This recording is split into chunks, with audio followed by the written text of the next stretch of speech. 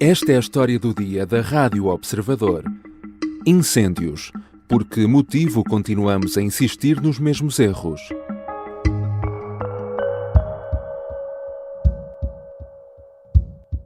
Vi aqui ao lado, tentei ir buscar água onde pude, abri as mangueiras todas e pedi socorro. Foi difícil controlar. Isto alastra muito rapidamente e muito depressa, é muito complicado. Não é? São dezenas de focos de incêndio.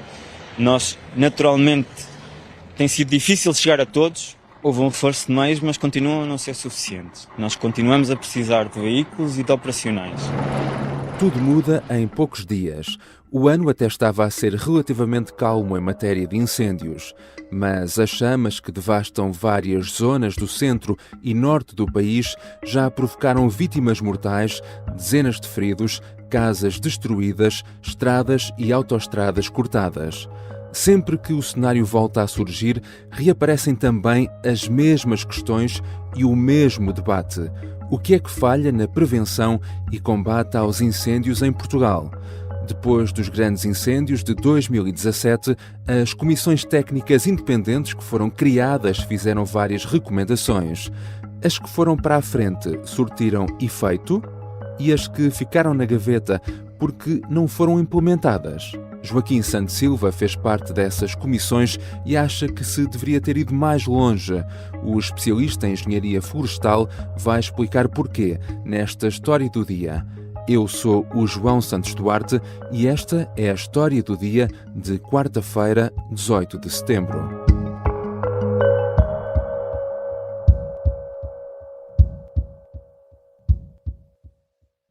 Bem-vindo, Joaquim Santos Silva. Obrigado pelo convite.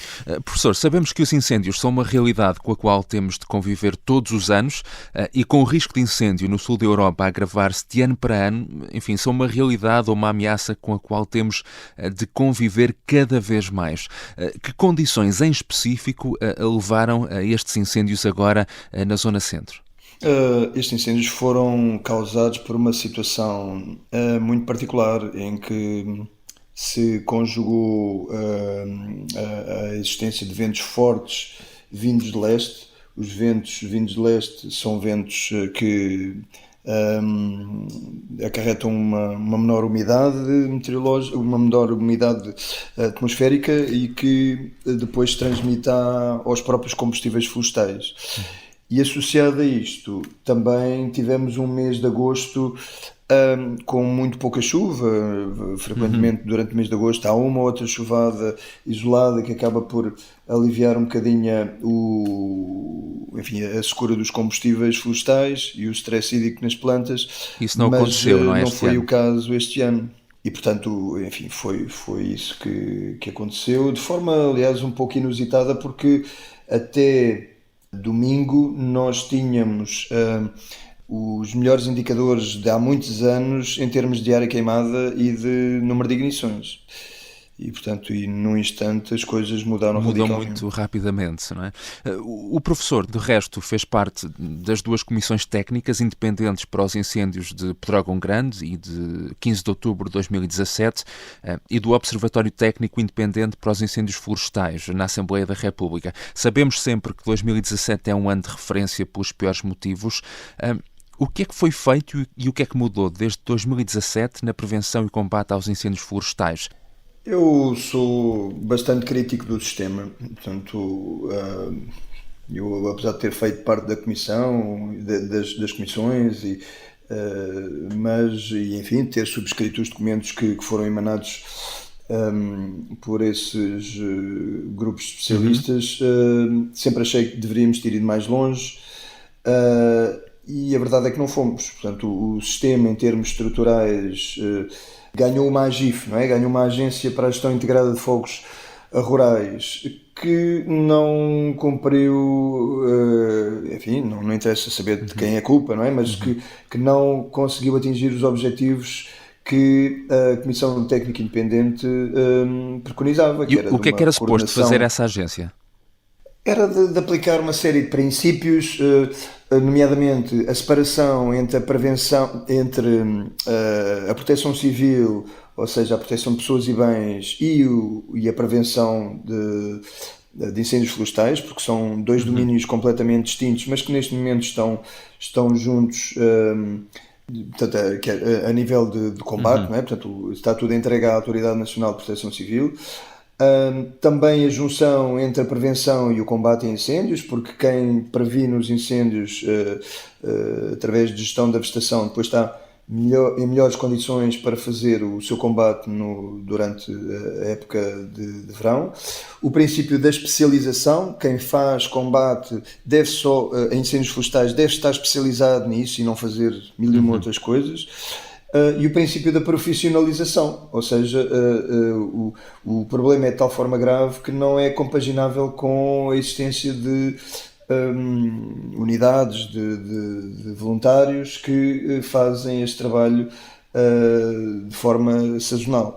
Portanto, isso está preto no branco, escrito no relatório, e era suposto que a Agência para a Gestão Integrada de Fogos Rurais conseguisse implementar esses princípios. Quanto a mim não conseguiu, basta ver-se a questão da qualificação dos agentes, que já vamos com 7 anos desde Pedrógão, 2017, e ainda agora está a tentar ser implementado de forma tímida o Plano Nacional de Qualificação dos Agentes do Sistema.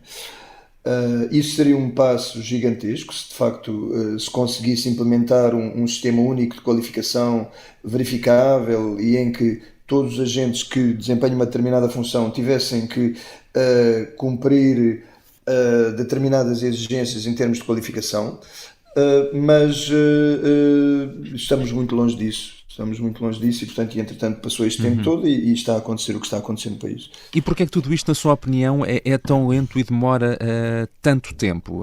Eu penso que o maior dos problemas é, de facto, tentar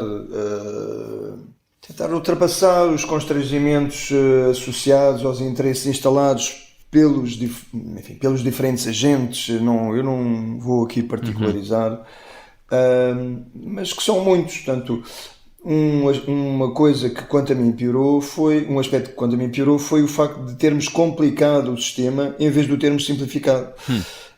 E portanto, ao acrescentarmos uma AGIF com todas as virtudes que se pretendiam que tivesse, acabámos por complicar o sistema. Por exemplo, foi criado um corpo de bombeiros sapadores florestais no ICNF. A ideia é boa em si, agora vai causar mais entropia porque é mais um agente a juntar-se a muitos outros, ou seja, estamos sucessivamente a complicar o problema e falta-nos aqui uma coisa que outros países com outra cultura diferente da nossa têm, que é arranjar um dono para o problema. E em Portugal há imensos donos do problema e, portanto, cada vez que há imensos responsáveis, ninguém é responsável quando as coisas correm mal, não é? Enfim, isso tentou ser feito após os incêndios de 2003, através de um plano para a implementação de um programa para a implementação do Plano Nacional de Defesa da Floresta contra Incêndios. Isso foi apresentado à tutela, mas a tutela recusou porque afrontava interesses instalados e, portanto, não houve coragem política para avançar com isso.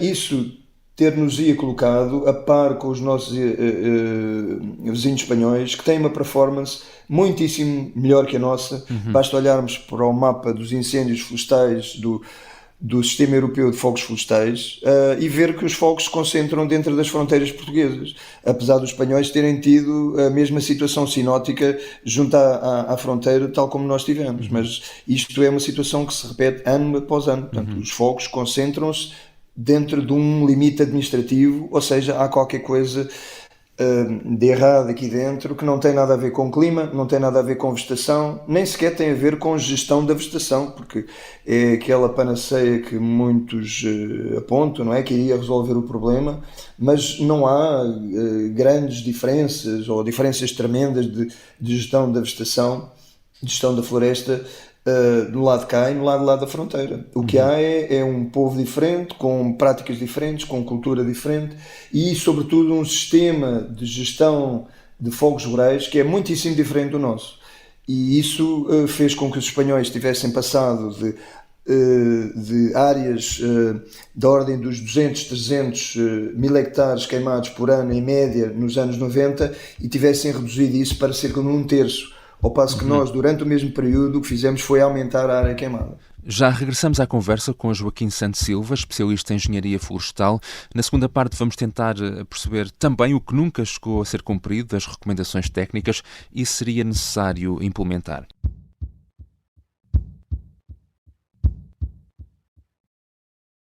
Estamos de regresso à conversa com a Joaquim Santos Silva. Professor, o que de facto foi recomendado pelos técnicos depois de 2017 que nunca chegou a ser feito e que, na sua opinião, seria preciso que fosse cumprido? Eu podia eleger uma série de aspectos e já falei em alguns deles, mas eu salientaria muito particularmente a questão da qualificação e a questão da especialização. Nós não podemos ter a combater incêndios florestais pessoas que não são especializadas, que fazem, desempenham muitas outras funções e que acabam por lidar com a floresta e lidar com o fogo apenas durante a época dos incêndios. Portanto, essa questão é fundamental, ou seja, especializar, qualificar e, na medida do possível, profissionalizar deveria ser o grande desígnio que não foi até, enfim, está muito longe quanto a mim de ser atingido. Há uma questão que surge sempre também nestas ocasiões, que é o debate em torno, enfim, da limpeza das florestas ou dos terrenos. Todos os anos há prazos para essas limpezas, cabe às câmaras municipais fiscalizar e aplicar coimas. Na sua opinião, quão importante é ou não, enfim, esta dimensão? A seguir a 2017, portanto, o governo reagiu de forma reativa, não é? Passa a redundância, e uma das coisas que fez foi, de facto, lançar uma campanha nacional para a limpeza dos terrenos em volta das casas, mas fê-lo da pior forma possível. Ninguém duvida que é necessário gerir os combustíveis em volta das infraestruturas, mas não da forma como a legislação saiu. E, portanto, o legislador partiu do princípio que deveríamos cortar árvores para proteger as estradas e as casas e os povoados, quando o que nos diz a ciência é que as árvores podem ter um papel positivo na criação de sombra, na diminuição da temperatura e inclusivamente como obstáculos à radiação de um eventual fogo e à passagem de fagulhas, não é? E portanto isso fez com que se tenham cometido imensos disparates em termos ambientais e que se tenha piorado a situação ainda por cima, porque quando nós removemos as árvores estamos a criar melhores condições para que o mato se instale e se desenvolva ainda mais no futuro, o que está a acontecer de facto em muitas zonas que foram limpas. E depois há também um outro problema, que é quando é necessário de facto fazer uma intervenção, muitas vezes não se sabe sequer quem é que são os proprietários, não é? Aí estamos também a avançar devagar, mas eu penso que no bom sentido faz aquilo que é possível fazer, não?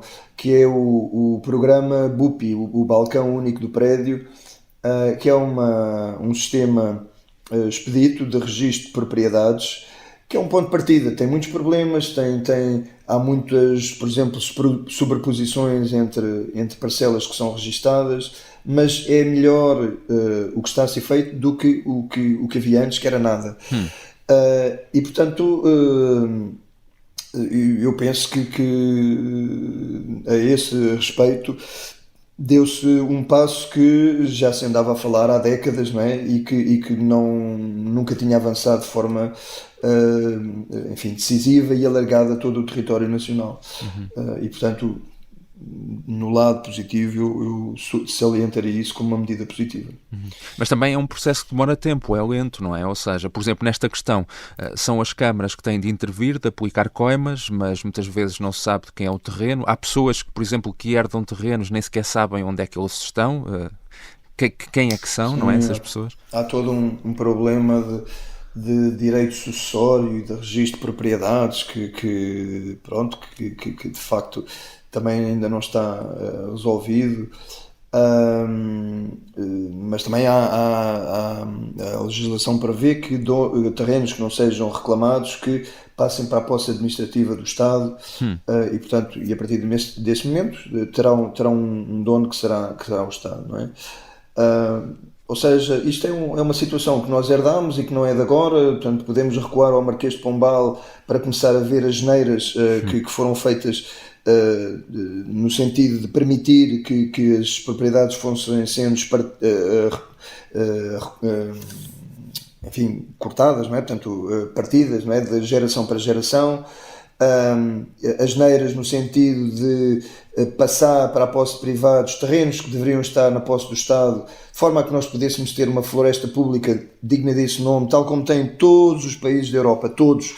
Portanto, não é um luxo, não é nenhuma aberração o que eu estou a dizer, portanto é a regra no mundo todo, exceto em Portugal. Portanto, e isso são coisas que têm uma raiz que se perde no tempo, desde há 3 séculos pelo menos que andamos a fazer as geneiras a esse respeito, sem pensar no amanhã e sem pensar no futuro, e portanto é uma situação que herdamos e que vai ser lenta para resolver, tal como a refere, mas tem que se começar por algum lado. Sempre que, enfim, temos este problema dos incêndios, fala-se recorrentemente nas mesmas questões, e uma delas é a questão da composição da nossa floresta, do facto do eucalipto representar uma parte muito significativa da floresta, de ser uma espécie altamente inflamável, porque também é rentável, não é? Nós continuamos de facto a insistir sempre nos mesmos erros em termos de gestão da floresta. Sim, vamos continuar a insistir, portanto eu sou muito cético quando me vêm falar na gestão da floresta como solução para o problema dos incêndios, porque não é possível, não há recursos suficientes e ainda por cima, tendo em conta a estrutura de propriedade que acabámos agora de referir, e as características da propriedade, e ainda as características do território e as características das espécies que temos, é muito difícil reverter a situação, não é? Portanto, estes incêndios que estão a ocorrer agora vão promover ainda mais a expansão do eucalipto, porque a espécie já se expande por processos naturais, tal como aconteceu em 2017, e nós vamos ver isso no inventário florestal que vai iniciar-se em 2025, o acréscimo de área que o eucalipto teve, apesar de ter saído legislação no sentido de que a área não aumentasse. Agora, os custos para reconverter áreas de eucalipto noutras coisas são enormes, portanto eu não vejo a sociedade preparada para isso, nem o governo em termos políticos preparados para ter programas de longo prazo com injeções massivas de recursos financeiros para conseguir fazer essa transformação. Portanto, isso para mim é uma quimera, é uma ilusão, é um mito. Obrigado, professor Joaquim Santos Silva. Muito obrigado pelo convite. Joaquim Santos Silva é especialista em engenharia florestal e fez parte das comissões técnicas independentes criadas depois dos grandes incêndios de 2017. Esta foi a história do dia. Os sons que ouvimos no início deste episódio foram recolhidos pela SIC. A sonoplastia é de Mariana Sousa Aguiar. A música do genérico do João Ribeiro. Eu sou o João Santos Duarte. Até amanhã.